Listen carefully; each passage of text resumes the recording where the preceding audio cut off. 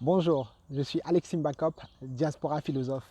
Sur cette chaîne, nous abordons de façon décomplexée les problématiques de la diaspora afin d'y apporter des solutions pratiques et stratégiques. Nous croyons que l'émergence de l'Afrique passera par sa diaspora. Une diaspora forte, riche et puissante financièrement. Si c'est une thématique qui t'intéresse, je t'invite à t'abonner, à activer les notifications afin de ne rater aucun contenu qui fera de toi la personne la plus forte possible là où tu te trouves. Nous sommes forts ici. Nous sommes forts ici. Aujourd'hui, je voudrais aborder avec toi l'essence même du diasporaphilisme. Le diasporaphilisme qui est la version 3.21 du panafricanisme. Peut-être tu as déjà entendu parler de ce mouvement qui monte au sein de la diaspora africaine en Occident, en Europe tout particulièrement. Parce qu'aujourd'hui, nous avons besoin d'apporter une réponse efficace, une réponse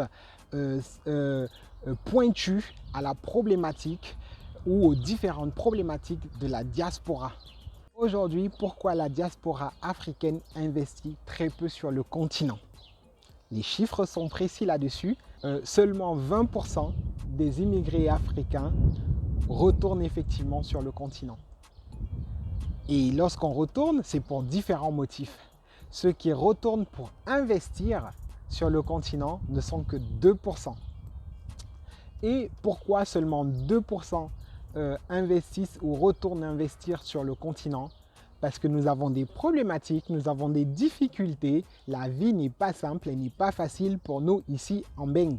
Donc de façon décomplexée aujourd'hui, je voudrais vous présenter l'essence même, le cœur même du diasporaphilisme. Pourquoi le diasporaphilisme est la réponse, est le mouvement que devrait adhérer toute la diaspora africaine. Nous avons identifié dans le cercle d'études qui est à l'origine de la création de cette vision du diasporaphilisme, plusieurs problématiques, et la problématique majeure, la problématique la plus grave est celle de la pauvreté effarante de la diaspora africaine. Oui, nous sommes pauvres ici en Beng, c'est une réalité. Nous n'avons recensé aucun pays en Occident, pays dans lequel la diaspora africaine serait leader dans un domaine précis, c'est-à-dire que dans tous les domaines qui peuvent régir la société, que ce soit le domaine économique, financier, politique, éducatif, que ce soit le domaine même culturel, dans aucun pays en Occident, nous avons recensé un domaine dans lequel la diaspora africaine serait la plus écoutée, serait la plus suivie, serait la diaspora qui apporte des transformations. Alors notre pauvreté n'est pas du fait que nous ne travaillons pas, au contraire, les jeunes Africains travaillent beaucoup. D'ailleurs, plusieurs pays mettent en place des programmes pour recruter des jeunes Africains pour venir combler les besoins de main-d'œuvre ici en Occident. En Allemagne, par exemple, la population est vieillissante. En Irlande, la population est vieillissante. Et ces pays-là ont besoin de relais, et ces relais-là sont généralement retrouvés en Afrique. Ce qui est une bonne chose, cela prouve que nous sommes motivés, que nous travaillons et que nous sommes désirés pour venir travailler. Donc moi je voudrais ici stopper tous ceux qui traitent des Africains de feignants, de non-travailleurs. C'est du n'importe quoi, je suis désolé. Nous sommes généralement travailleurs. Et je n'ai pas encore rencontré un migrant, je n'ai pas encore rencontré un Bozaïeux, je n'ai pas encore rencontré un Mikili ou un Ngoulou qui me dit voilà, j'ai marché pour venir ici attendre qu'on me donne. Non, généralement quand on marche, on traverse, on arrive ici, on est motivé, on est boosté pour gagner sa vie. Sauf que lorsque nous arrivons ici, nous travaillons pas de façon intelligente. C'est-à-dire que schématiquement, lorsqu'un Africain est recruté pour être soignant, pour être assistant cuisinier, pour être plombier, maçon, il va faire sa maçonnerie, il va faire sa plomberie, il va faire son métier, et il ne va pas du tout s'intéresser à ce qui se passe autour de lui. Les Africains s'intéressent très peu à ce qui se passe autour d'eux. Et c'est comme ça que nous loupons en fait des opportunités. Nous ne les voyons pas, nous ne voyons pas des opportunités autour de nous. C'est pourquoi nous restons dans l'état où nous sommes. Et donc, le diasporaphilisme vient comme un mouvement pour réveiller les consciences et amener les Africains à ouvrir les yeux, à prendre conscience qu'ils ne sont plus sur le continent, mais qu'ils sont sur des terres où ils peuvent s'enrichir. Et donc le diasporaphilisme, le mot d'ordre, c'est « nous sommes forts ici ». Alors, si nous voulons être forts ici, il faudrait changer notre façon de voir les choses, notre façon de regarder là où nous sommes, de marcher, notre façon même de marquer des pas. De marquer des pas dans les pays où nous sommes, nous devons marcher différemment, regarder différemment. Et c'est à cela que c'est même cela l'essence même du diasporaphilisme.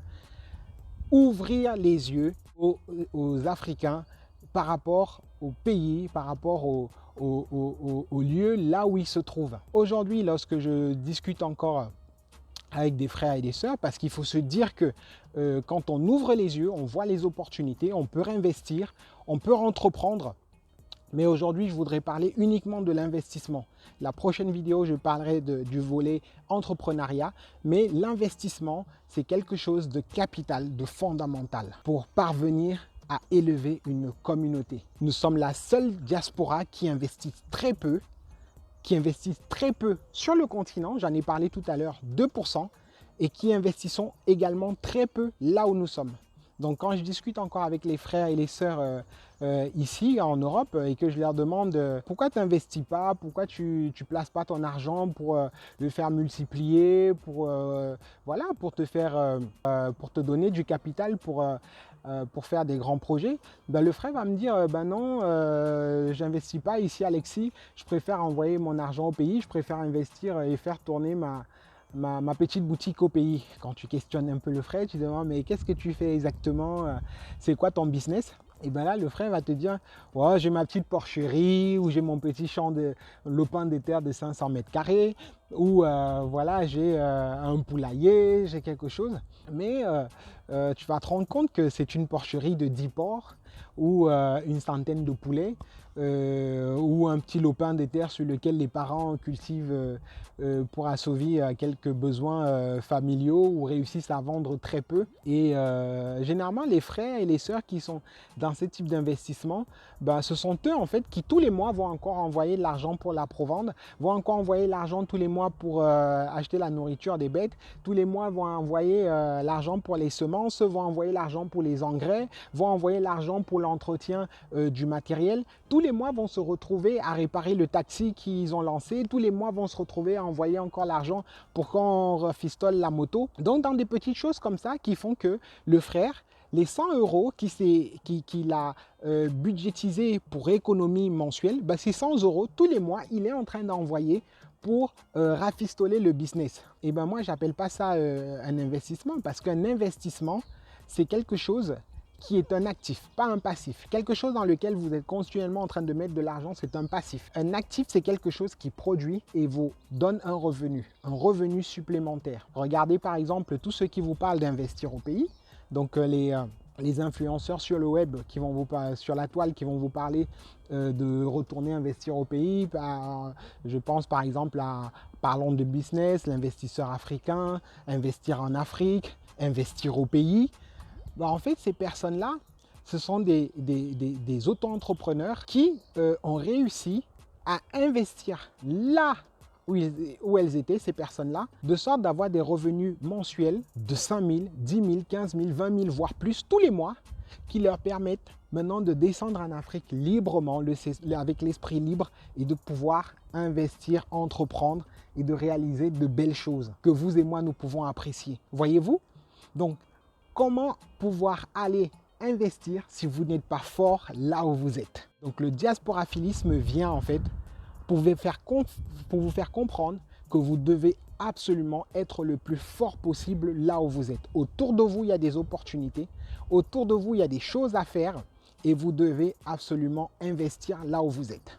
Investir dans quel domaine? Par exemple, là, les 2 appartements devant lesquels je suis, ce sont les dépendances de ma résidence. Rien qu'avec ces 2 appartements, tous les mois, lorsque je ne fais pas de courte durée comme en période de crise sanitaire, donc là j'ai des locataires stables, j'ai 1 100 € de location par mois.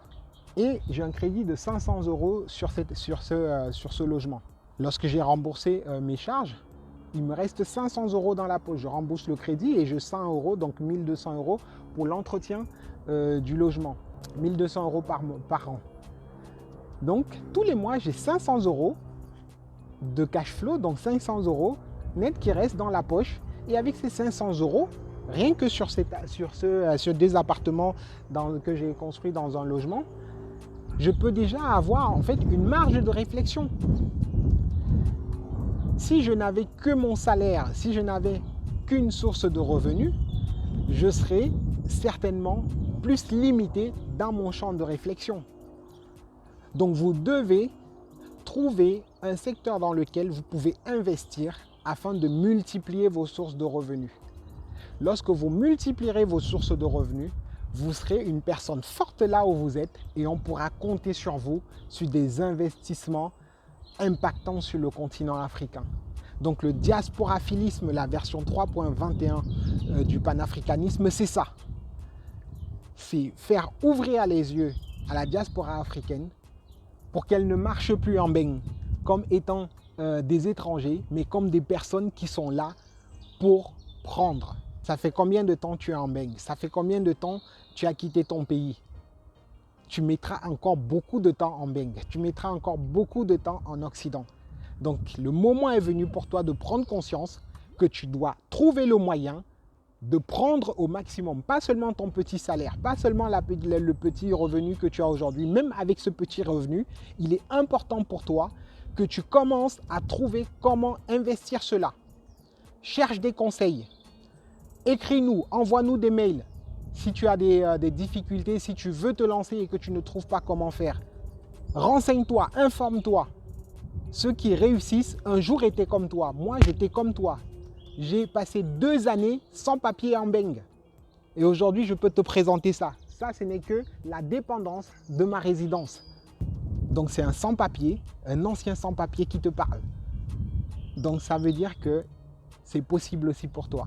Abonne-toi à la chaîne, active les notifications afin de ne rater aucun contenu aussi motivant comme celui-ci pour t'amener à être la personne la plus forte possible là où tu te trouves.